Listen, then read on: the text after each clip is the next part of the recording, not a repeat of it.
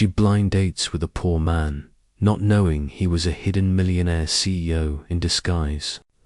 The wind was gentle that morning, rustling the golden leaves along the cobblestone streets of the old district.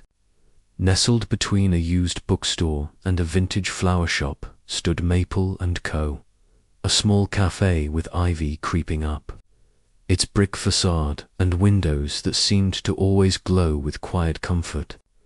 It was Amelia Rowe's favorite spot. Tucked away from the noise of city life, this café was where she graded essays, read poetry, and occasionally simply watched the world go by. That morning, however, she was not there for literature. She was there because her mother had insisted just one date, she had said. One blind date with a man described vaguely as normal, polite, quiet. Normal sounded safe. Safe sounded boring, and boring sounded better than betrayal. Amelia stepped into the café at exactly 10. Her blonde hair was tied in a soft knot, a beige scarf draped around her neck. She scanned the room, heart half sinking at the thought of another wasted hour. Then she saw him. He was already seated near the window, a man in a worn grey coat, holding a paper bag in one hand and a brown paper bag in the other. He looked up, smiled gently, and stood. "Amelia?" he asked. She nodded. "Yes, and you're Cal, that's me," he replied. "I hope you do not mind. I got here a little early." She took the seat across from him, setting her purse down quietly. Everything about him felt unpolished. No fancy watch, his hair still slightly damp from the morning dew. His voice was calm, unhurried. "You read?" she asked, motioning to his book. "Always keeps me out of trouble," he said with a small smirk. She cracked a small smile but kept her guard up. Her last fiancé had also seemed charming until he wasn't. They ordered their drinks. She, a chamomile tea. He, a black coffee, no sugar. "I like it bitter," he said. "Bitterness takes time to appreciate, like most truths in life." She raised an eyebrow. "That's oddly poetic for a blind date." Cal grinned. "Sorry, occupational hazard." "And what exactly is your occupation?" she asked carefully, testing him. "I work with schools in funding and support services behind the scenes mostly." It was vague but not evasive. She nodded slowly. Their conversation paused when he tore a piece of the scone he had ordered and leaned slightly toward the glass window. Outside, a scruffy golden retriever sat, tail wagging, eyes hopeful. Cal tapped the glass gently and held out the crumb through the cracked door. The dog took it eagerly and backed away. Amelia blinked. That was unexpected. He turned back to her and shrugged. "I pass him often. He's always hungry, never greedy." Amelia found herself smiling before she realized it. It wasn't much really, but it was honest, unfiltered. For the first time in a long while, she felt unguarded. "Most men I've met," she said slowly, "usually start by asking if I plan to switch to a private school where I'll earn more." Cal looked puzzled. "Why would I ask that?" She looked down at her cup, swirling the tea slowly. He leaned in slightly, his voice still quiet, but somehow grounding. "You like what you do, right?" "Yes, then the money doesn't matter." Her eyes flicked up to meet his. No one had ever said it like that. She thought about the man she had almost married, sharply dressed, endlessly ambitious, and full of empty reassurances. Cal, by contrast, looked like he had not bought a new coat in years. And yet here he was, speaking truths she had waited years to hear.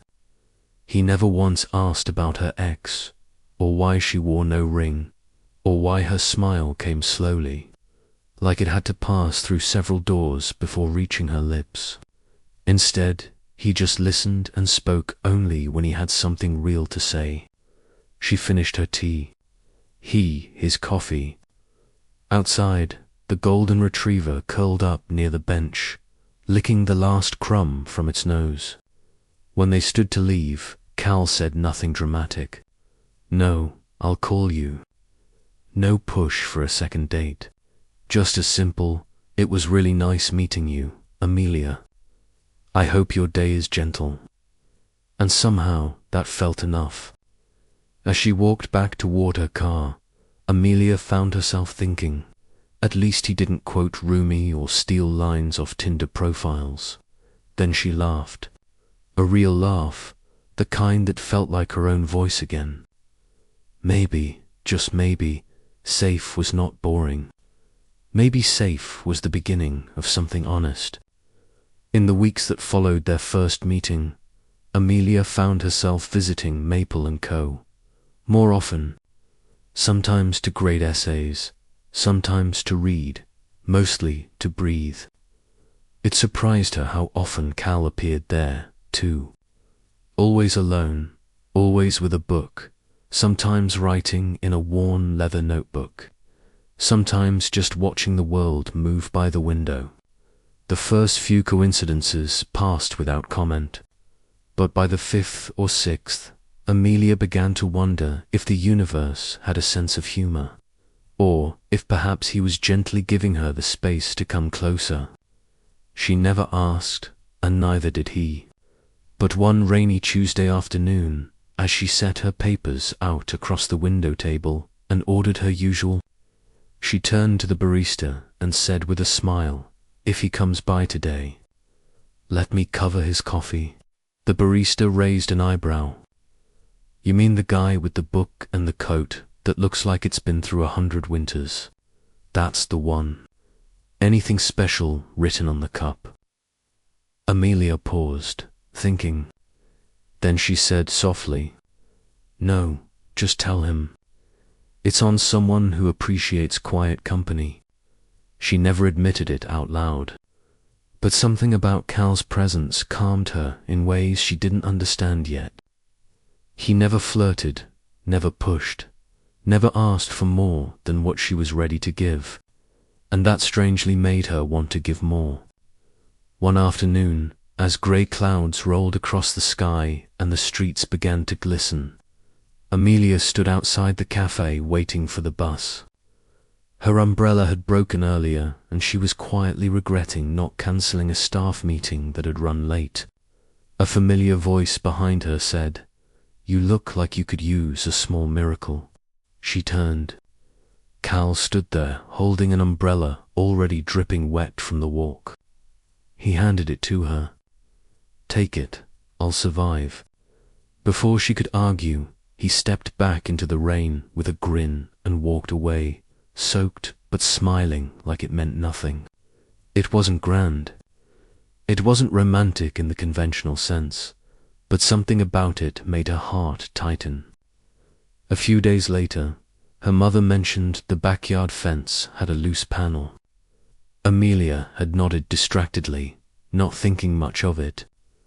The next evening, as she came home from school, she found the panel reinforced with new screws, freshly aligned. A small note rested in the mailbox. Loose screws tightened. Fence should be good for another year. See, he didn't mention it, not once. Even when she asked if he had been near their house recently, he just smiled. "I go where I'm needed, occasionally." The school where Amelia taught was running a book donation drive for underprivileged students. She hesitated for days before mentioning it to Cal, not because she didn't want him there, but because part of her was afraid he might say no. He didn't. He showed up that Saturday in jeans and a faded flannel shirt, carrying a cardboard box full of gently used books. She watched from a distance as he quietly organized, carried, sorted, and even helped a shy student pick out their first novel. When another volunteer asked him what he did for a living, Cal smiled and said, "I'm in education, just not the flashy kind." That afternoon, as Amelia packed away the last few donated books, a fellow teacher leaned over and whispered, "So, who is that guy? Who? The one who follows you around like a well-behaved shadow and fixes fences in his spare time?" Amelia laughed under her breath. "He's just someone who keeps showing up." Her colleague tilted her head. "You don't look like you want him to stop." Amelia didn't reply because she didn't. Not really. Later that night, curled up with Buster on the couch and a mug of tea warming her palms, she found herself thinking about the little things. Umbrellas, fence, screws, book boxes, things that didn't scream love, but whispered something just as powerful. Not a single grand gesture, no fireworks, but a steady presence. And maybe that was the kind of love that stayed. She didn't know what Cal wanted from her, but for the first time in a long while, she stopped wondering if she was enough, because for whatever reason, he kept showing up and part of her had started waiting for it. The day Amelia called in sick was the first time she had heard Cal's voice over the phone. Not just at the café, not in passing, but calling just to check. "You okay?" he had asked, his tone calm and warm. "You sounded not quite like yourself yesterday." "I'll be fine," she replied, hoarse from the fever. "It's just a cold. I'll sleep it off." He didn't say much after that. "Just get some rest," and hung up. She thought that was it, but half an hour later, the doorbell rang. Amelia opened the door to find a familiar figure standing awkwardly on her porch. Cal held a small thermos in one hand and a plastic bag in the other. "Chicken porridge," he said simply, holding it up. "Not the best looking, but my mum used to swear by it." Her hair was a mess, her cheeks flushed from fever, and her voice was nearly gone. But he made no comment on any of it. He just asked, "May I come in just for a moment?" She hesitated, but nodded. Inside, he set the food on the kitchen counter and poured it gently into a bowl. She sat quietly on the couch, wrapped in a blanket, watching him move around like he'd done this before, like he'd cared for someone before. He brought the bowl over and set it in her lap. "I'll be outside," he said, nodding toward the porch. "I'll wait there. Eat slowly." Before he turned to go, he gently reached to check her forehead. His hand moved toward hers, hesitant. Their fingers brushed. Amelia instinctively pulled her hand back, startled. "Sorry," she whispered, immediately embarrassed. Cal just smiled softly. "No worries, I'll be outside." And true to his word, he left her alone. Later, when the bowl was empty and her head felt slightly clearer, Amelia shuffled toward the door and peeked outside. Cal was still there, sitting on the porch bench, Buster at his feet, the leash wrapped loosely around his hand. He was nodding off, his head tilting slightly every now and then before catching himself. She went back into the kitchen, made a small cup of ginger tea, and returned with it in her hands. Opening the door slowly so it wouldn't creak, she stepped out and held the cup toward him. "I don't know how to say thank you," she said softly. "So I thought maybe this would do for now." He opened his eyes, surprised, then nodded. "Perfect." They sat in silence for a few minutes, the warmth of the tea curling into the air between them. When Amelia went back inside, her mother was resting in her room. She checked on her, tucked the blanket in tighter, then returned to her own room. She sat on the edge of the bed, reached for her phone, and hesitated. There, in the depths of her gallery, was a picture she hadn't looked at in almost a year. Her in a white dress, Him in a tuxedo, her ex-fiancé. The photo was saved, not because she couldn't let go, but because she hadn't dared to until now. With a quiet breath, she selected it. Her finger hovered for a second, then tapped delete. She didn't even watch it disappear, just set the phone down and looked out her window toward the porch, where Cal had once again gone still, the empty cup of tea resting by his side. Buster now curled up on his lap. That night, Amelia didn't fall asleep thinking of the man she used to love. She fell asleep thinking of the man who didn't try to replace the silence in her life, but sat beside it until she was ready to speak. Amelia had asked Cal a dozen times about his job, not because she was curious about money. Lord knows she had walked far enough from that world, but because she wanted to understand the man who kept showing up in her life in quiet, thoughtful ways. Each time, Cal gave the same vague answer. I work with a foundation that supports schools, mostly admin stuff, nothing glamorous. And every time, Amelia would smile and let it go. She had learned the hard way that real trust wasn't about demanding answers. It was about waiting until they were freely given. One Saturday morning, they decided to walk to a local weekend market not far from the school where Amelia taught. It was one of those golden fall days, leaves fluttering gently, the smell of roasted chestnuts in the air. As they passed a bookstore, Amelia saw one of her students, Liam, a sweet but shy 7th grader, struggling to carry his worn backpack. One of the straps had completely snapped. He gave her a timid wave and walked quickly ahead, trying not to seem embarrassed. Cal noticed too, but didn't say a word.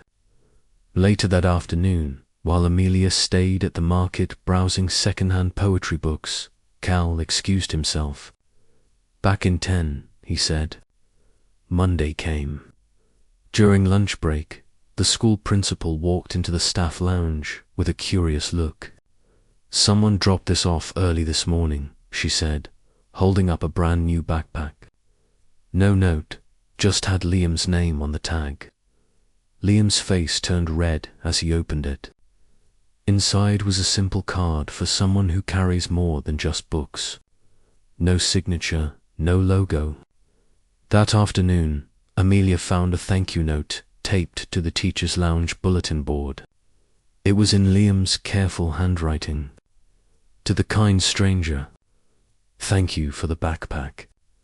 I don't know who you are, but it made me feel like maybe someone sees me. I won't forget it. Liam. She didn't need to ask who had left it. Walking home that evening, Amelia tucked her hands into her coat pockets, thinking about Cal. All this time, he had never tried to impress her. He never talked about himself, never bragged, never flaunted anything. She realized that every small kindness he gave wasn't for credit. It was simply who he was. And for the first time, a question floated quietly into her mind. If he weren't anyone at all, if he had no title, no job, no story, would I still feel like he's the most extraordinary person I've ever met? The answer formed in her chest before her brain could catch up. Yes, that weekend, they sat on a park bench with cups of takeout coffee between them. Cal watched a squirrel try to steal a bag of chips from a distracted kid, and they both laughed softly. You don't talk much about yourself, Amelia said gently. I figure the more I talk, he said, glancing at her, the more I might say something I'll regret. She tilted her head. That sounds like someone who's been hurt. He nodded slowly. Haven't we all? She didn't press further. Instead, she sipped her coffee, then said, almost like she didn't mean to out loud, if I ever decided to believe in love again, it would have to be with someone like you. He turned toward her, surprised. She didn't look at him, just smiled faintly and added, Someone who doesn't need to be anyone to already be everything. For the first time in years, Amelia wasn't measuring love by grand gestures or lofty promises. She was measuring it by the silence between words, by the trust given without demand, by a backpack left in a principal's office with no name attached, but somehow all the meaning in the world. One chilly Thursday evening, Amelia sank into her couch with a steaming cup of tea and Buster curled at her feet. The TV played in the background, the volume low. She wasn't really paying attention, just background noise for grading essays until a familiar voice cut through. She looked up. There, standing confidently at a podium during a live broadcast, was Cal. He wore a dark suit and spoke with calm authority about educational equity. Behind him, the banner read, National Forum for Rural Education Development. We believe every child, no matter their zip code, deserves a library with real books and real hope, he said. The camera cut to the moment he signed a pledge. $20 million in funding for public library expansion in underserved areas. The graphic at the bottom of the screen read, Cal Bennett, CEO, Bennett Foundation. Her tea cooled in her hands. Her thoughts went numb. Cal CEO, a man who had once told her, I work in school support, a man who had fixed her mother's fence, brought her ginger tea, handed out backpacks anonymously. A man who had never once let slip who he truly was. She turned off the TV and just sat there, breathing in silence. The next morning at school, one of her students, Emily, came bouncing up to her desk during free period. Miss Rowe, I got it. I got the scholarship. Amelia blinked. Scholarship, yeah. Emily beamed. The Bennett Foundation won. Full ride, books, everything. I didn't even apply. It just showed up with a note. Said someone believed in me. Amelia felt her stomach drop. She pulled the letter from Emily's hands gently and scanned it. There was no name, no signature, just that same phrase. Someone believes in you. The puzzle clicked into place with a sudden, heavy thud. The anonymous backpacks, the quiet donations, the vague job, the aversion to being asked about money or work. She had been looking straight at the truth, but never seeing it. And now it was too late. She walked home that evening without texting Cal. She let the silence stretch like an ache. He had lied, not with his words, but with his silence. He hadn't trusted her with the truth, and that hurt more than anything. She didn't cry. Not that night. She just sat at her kitchen table long after Buster had fallen asleep at her feet, staring at nothing, her hands wrapped around an untouched cup of coffee. He didn't think she was strong enough to know.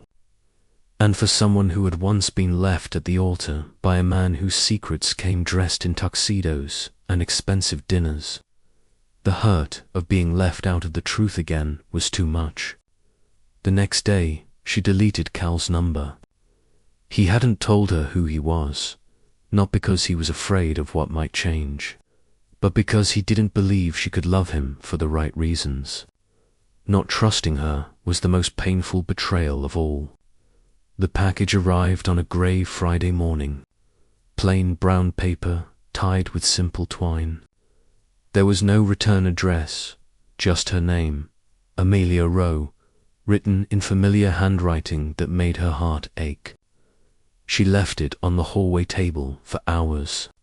She swept the kitchen, folded laundry, walked Buster twice, anything to delay opening it. But as dusk settled over the windows, and the house grew quiet again, the stillness pressed in. She finally untied the string with trembling fingers. Inside was a book, letters to a young poet, her copy. The one she had given Cal when they talked about poetry under the maple tree outside the coffee shop. The one she had scrawled a note inside for when the world feels too loud. Her breath caught tucked inside was a folded piece of lined paper. A letter written in pen in Cal's unmistakably neat, steady handwriting. She hesitated. Then she read, "Dear Amelia, I have started this letter a dozen times, torn it up, started again. Words have never failed me until now. You once told me that silence can be kinder than explanation. But sometimes silence is just fear dressed up to look polite. And I was afraid. I wasn't afraid of what you'd think of me being a CEO. I was afraid that if you knew, everything good between us would start to feel bought. And after what I went through, I didn't know how to believe in love that didn't come with conditions. When I was 27, I lost everything, not just the company, my home, my peace. The woman I was going to marry walked away the day the bank froze our accounts. She didn't even look back. That day I promised myself, if I ever tried to love again, it would be as me. Not the title, not the suits, just Cal. Then I met you. You and your tea-stand lesson plans. Your love for broken-spined books. Your stubborn loyalty to things that still matter. Truth, kindness, simple mornings. You were never loud, but you were always clear. And you made me want to be clear, too. I never meant to lie. I only wanted to be seen before being recognized. You once gave me this book and said, "For when the world feels too loud." You didn't know you were also handing me a piece of your heart. Now I give it back. And if you never want to see me again, I'll understand. But if there's even a small part of you that still wonders what it could be like, I'll be sitting where we first met. Saturday 10 a.m., no suits, no titles, just me. Because all I ever wanted was to be loved when I had nothing. Cal, by the end, the ink blurred beneath Amelia's tears. She pressed the book to her chest, held it there for a long time. Then, without even changing her sweater, she put on her coat, called Buster to the door, and walked out toward Maple & Co., toward the place where something soft and slow and true had started. At exactly 10:01 a.m. on Saturday morning, the small bell above the door of Maple & Co. jingled softly. Amelia had been sitting there since 9:45, hands wrapped around a mug of warm tea, trying not to look at the door every time it opened. She told herself she just needed closure, that if he didn't come, she would move on, that she could. But when she heard the familiar sound of the bell and saw the shape of a man stepping in out of the cold, everything in her heart caught in her throat. He was wearing the same worn grey coat from the first day they met, and in his hand a paper bag, crinkled and slightly wet from the mist outside. She could already guess what was inside. Buster's favourite biscuits. Cal stood by the door for a moment, looking around the coffee shop like it was the first time he had ever seen it, like he needed to be sure it hadn't changed. And then he saw her. Their eyes met. He didn't smile right away. Neither did she. Instead, there was a silence between them, heavy with everything they hadn't said, but not uncomfortable. It was the kind of silence that only existed between people who had shared something real and fragile and unfinished. He took a slow step forward, then another. When he reached her table, he didn't sit. He simply stood across from her, eyes steady, hands slightly nervous at his sides. "I'm not good at speeches," he said. His voice was softer than usual, and I've said less than I should have, and maybe too much in writing. But if you still need someone who shows up, someone who doesn't ask questions you're not ready to answer, I'm still here. He set the bag of dog biscuits on the table without looking down. Amelia stared at it for a moment. Then she looked up, her eyes meeting his fully. She didn't ask why he lied. She didn't ask what kind of CEO wore old boots and carried books around like armor. She didn't ask how much of what he had shown her was real, because she already knew, and because some things, if they're honest enough, don't need to be explained. "Thank you," she said, her voice barely above a whisper. He nodded, unsure whether to sit or leave, unsure if she was thanking him for the biscuits or the letter, or just for being there. Then she added, with the smallest hint of a smile tugging at her lips, "You don't have to say anything else." Relief flickered across his face. "But," she continued gently, "you can't disappear again." He laughed just once, short and full of something close to joy. "That's fair." She gestured to the empty seat across from her. "Then sit.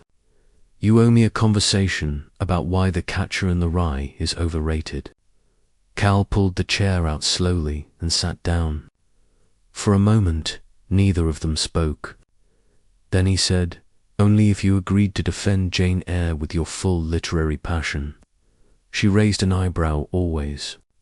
And there it was, the easy rhythm, the comfort of someone who knew how to be quiet and still say everything. The familiar warmth that had crept in slowly until it felt like home. Outside the window, Buster sat patiently beside the table, tail wagging gently as if he too had been waiting for this. And inside, two people who had both once sworn off love sat side by side again. No labels, no promises, no perfect endings, just a second chance, offered without condition. 1 year later, the house was quiet except for the soft clink of 2 mugs being set down on a wooden porch table. The early morning sun spilled golden light over the porch of a small white house tucked near the edge of a quiet neighborhood. It wasn't extravagant. There were no fountains, no security gates, no marble columns. But there was a garden Amelia had planted with her mother, wildflowers blooming freely. There was a wooden fence Cal had built himself, and a small swing under a tree that groaned gently in the breeze, and there was laughter. Every morning, without fail, Cal and Amelia sat on that porch with their coffee. No phones, no noise, just to mugs, to books, usually half read and traded mid-sip, and the sound of children's voices carrying from the elementary school across the street. The school had only been open for 6 months, built on a piece of land funded entirely by the Bennett Foundation. No one in the neighborhood knew that the man who quietly helped the kids cross the street in the mornings was the man whose name was etched on the cornerstone of the library building. Cal liked it that way. He wore flannel shirts now, sometimes didn't shave for a few days. He planted tomatoes, burned his toast, and once accidentally painted over a light switch. Amelia teased him constantly and loved him more every day. Inside the house, Amelia's mother was folding laundry by the open window, her health fully restored. Buster barked playfully in the yard, chasing a butterfly as if he was still a puppy, not the 9-year-old dog with silver whiskers and a wise gaze.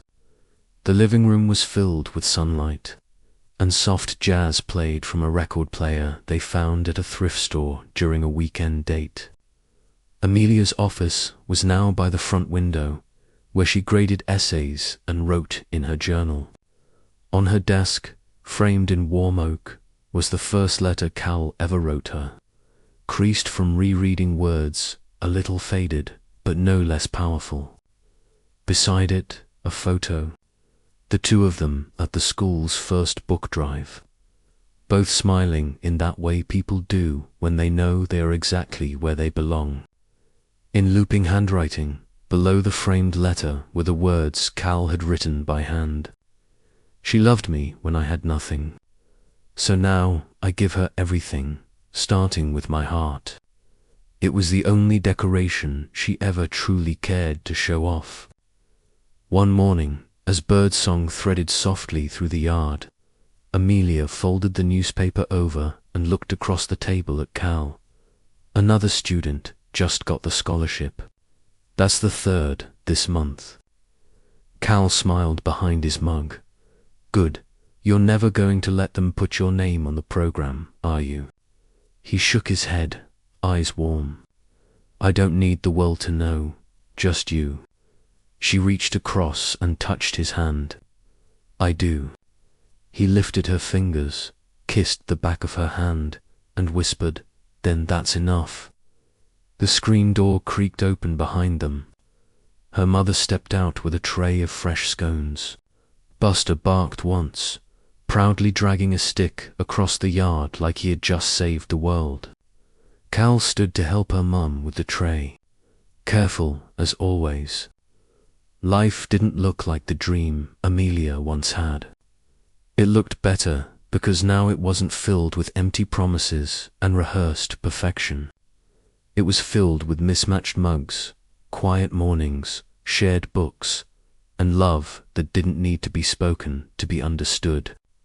And somewhere in that peaceful corner of the world, to people who had once been broken by betrayal, by fear, by loss, had quietly, gently found their way back to something whole, not flashy, not loud, just honest and deeply, wonderfully theirs. If this story touched your heart, even just a little, if it reminded you that love doesn't have to be loud to be real, and that sometimes the most powerful kind of love is the one that chooses to stay quietly through everything, then don't forget to like, subscribe, and hit that hype button to support soul-stirring stories. We bring you more than just stories. We bring you healing, warmth, and a reminder that goodness still exists in the quiet corners of the world. Until next time, take care of your heart and let stories take care of your soul.